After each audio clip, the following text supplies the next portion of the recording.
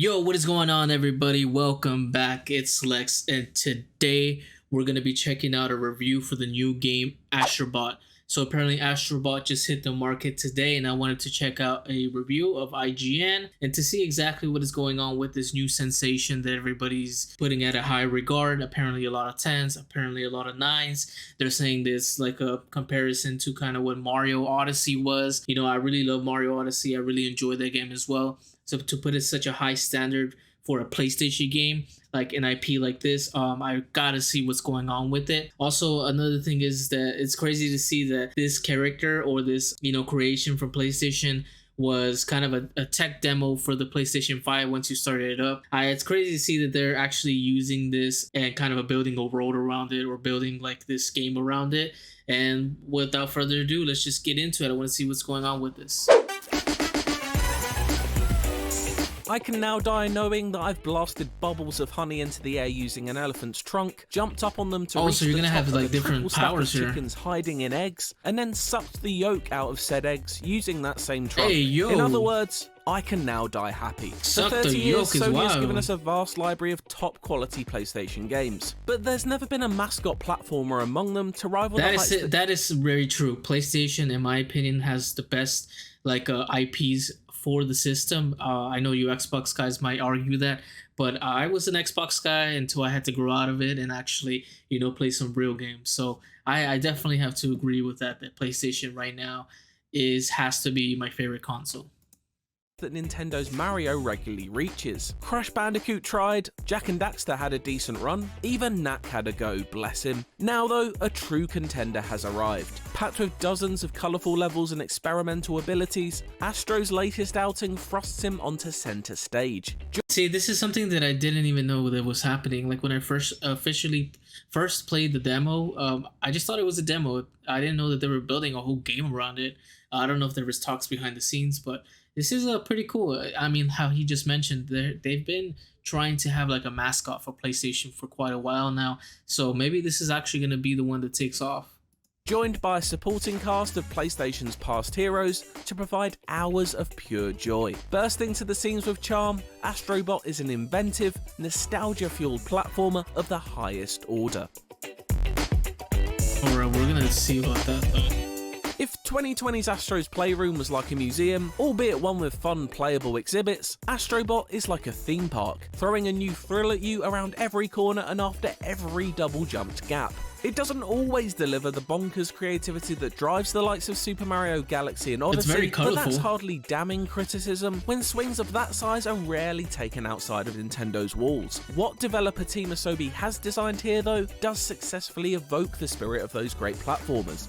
I think what Odyssey does such a great thing is then not only is it a great IP like Mario, but the movement of that game is so good. It's so fun to play with. It's so fun to explore. I think the ADHD in me also likes the fact that you go around and you collect all the moons, you go everywhere, and it's also such a massive game, so it's quite difficult to compare to something like that. But if you're being compared to something like that, it must mean that you're doing something good, because that is like high tier platforming in my opinion. Mario Odyssey had to be one of my favorite games that I played in the last decade on the Switch. So I mean, it's pretty crazy to see that PlayStation might actually be, heading towards that way. Birthing novel stages full of visual flourish that never cross the line into becoming mere novelties. A handful of the many standouts are a time-bending casino, a Japanese bathhouse-inspired level with a humorous sponge system that's soaked in fun, and a smart level in which the floors and walls dynamically shift depending on whether a day or night button has been pressed. That last one in particular features a fantastic use of 3D space, while also feeling like a page torn straight out of the Fez playbook. Alright, dude, a little Mario Galaxy there, not gonna lie. A little bit of Mario Galaxy.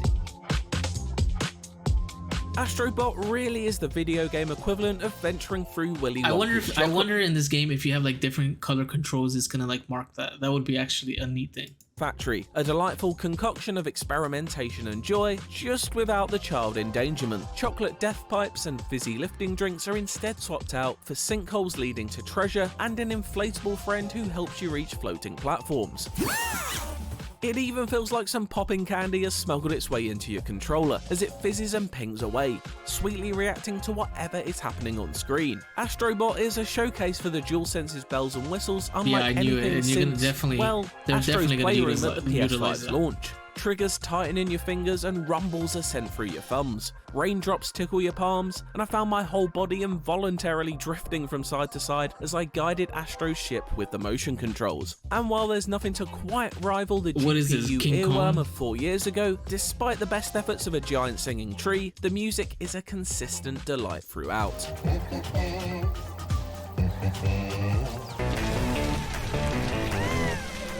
Even powers from previous Astro adventures are reinvented to great effect. For example, the Monkey Climber is an evolution of Playroom's climbing ability, but the assistance of a small robotic ape with... See, this is something that I saw over the game, is that you're going to be able to have like little characters behind you.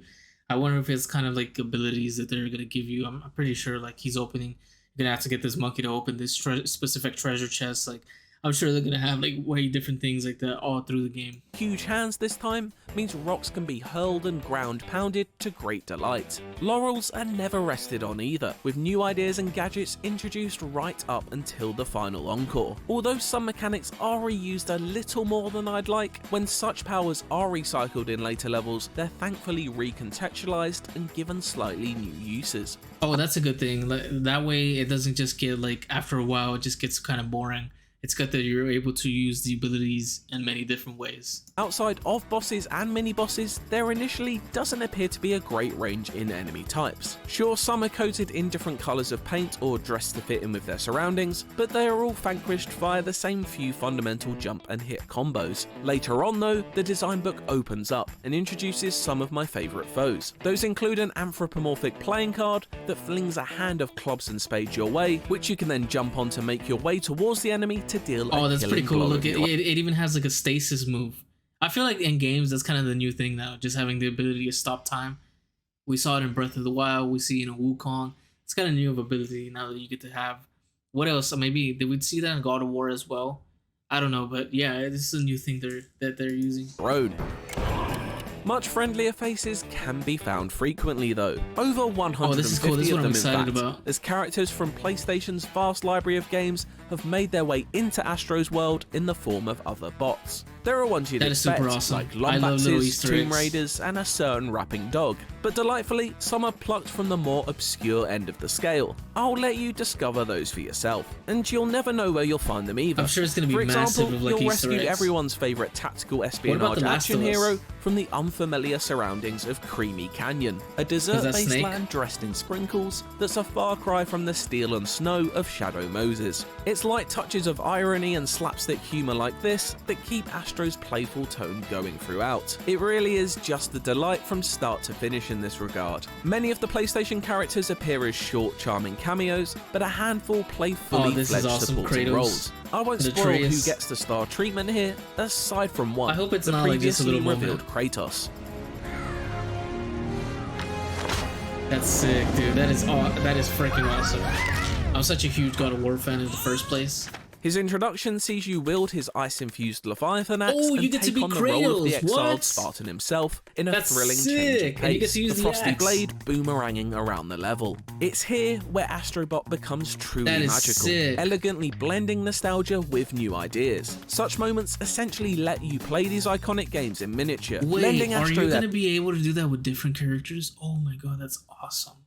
It definitely is going to be a little playground, isn't it? powers and letting him loose in a level entirely built around familiar awesome. stories and settings, soundtracked by remixes of heroic themes. They're charming and often the real highlight of the experience. I just wish there was one or two more of them, but perhaps I'm being greedy. No. It's clear from the very first frame of Astrobot just how much love and reverence Team Asobi has for the history of Sony's consoles and their library of games. You choose a new save file by selecting one of three original PlayStation Oh my god, that's sick. This game is crazy. memory cards and are then thrust into a scene taking place on your PS5-shaped mothership. In terms of story, well, it's light. That mothership crash lands on a desert planet after an evil alien attack, and Astro must now travel the galaxy. See, even if the story is super simple, if the gameplay is amazing and these reviewers are telling the truth, like you can still get a high rated game even if the gameplay, I mean, even if the story is still simple. You can have a simple story but an amazing gameplay and people will love it.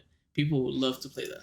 Searching for its missing parts and crewmates. But a deep story isn't what you're here for, is it? Free from the now standard PlayStation Studios themes of threatening apocalypses, familial woe, and coming-of-age pains, Astrobot is all about following a cheery little metal bloke around on his adventures. That's not to say it won't spark an emotional response though, not through any great feat of nuanced writing, but when bumping into ghosts of PlayStation past and greeting them like an old school friend you haven't seen in a decade.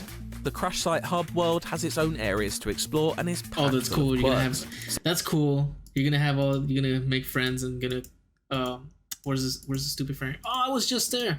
You're gonna make friends and make sure they help you through the thing. Whatever. We saw it though. To explore and there is packed full of quirks, such as eventually letting you customize your ship and outfit. The gacha machine mechanic makes actually a particularly customizable thing enjoyable in return, the game, providing a satisfying way to spend the thousands of coins you'll collect.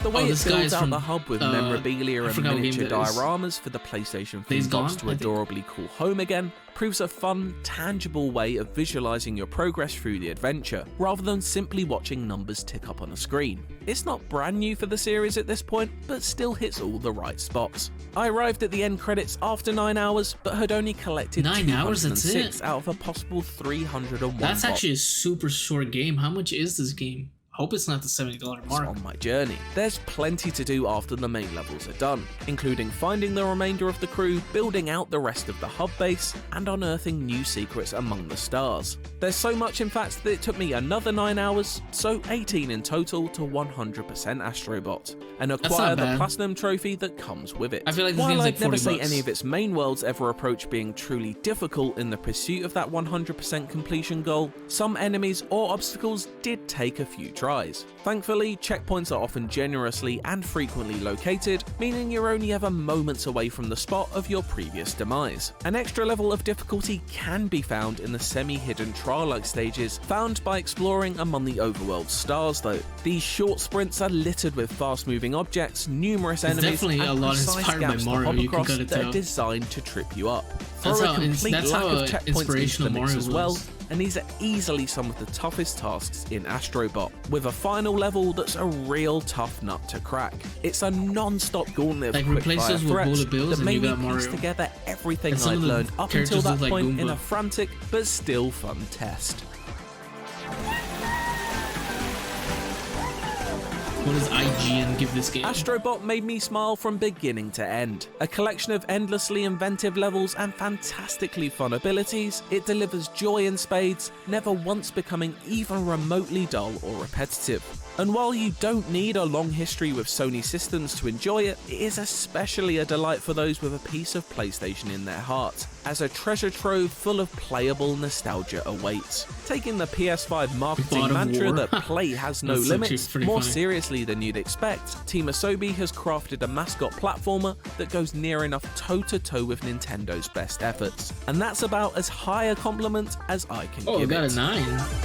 Yeah, this game looks actually pretty awesome. It definitely looks like if you're a PlayStation fan, you're definitely going to enjoy this game. There's a lot of characters that are probably going to be in there as Easter eggs. It is out today, so I may actually check it out. But it looks super, super fun to be compared to Mario, It even has a lot of like elements of Mario, maybe sometimes a little too close to that. But I mean, it looks pretty awesome. That God of War part really excited me. I'm such a God of War fan, especially the newer versions of the game, and to see that actually be applied here and the freaking axe being used. Hopefully they actually do that throughout the game. You find more characters, you find more stages that, you know, kind of you get to take up the mantle of the character and stuff. So this game looks definitely awesome. If it's really being rated at a 9, I must be really, really good. I mean, IGN is not the only place to set this, so we'll have to end up seeing about this game. But if you enjoyed the video, make sure you hit the like button, make sure you subscribe. But with that being said, I hope you guys have a great and wonderful day. Peace.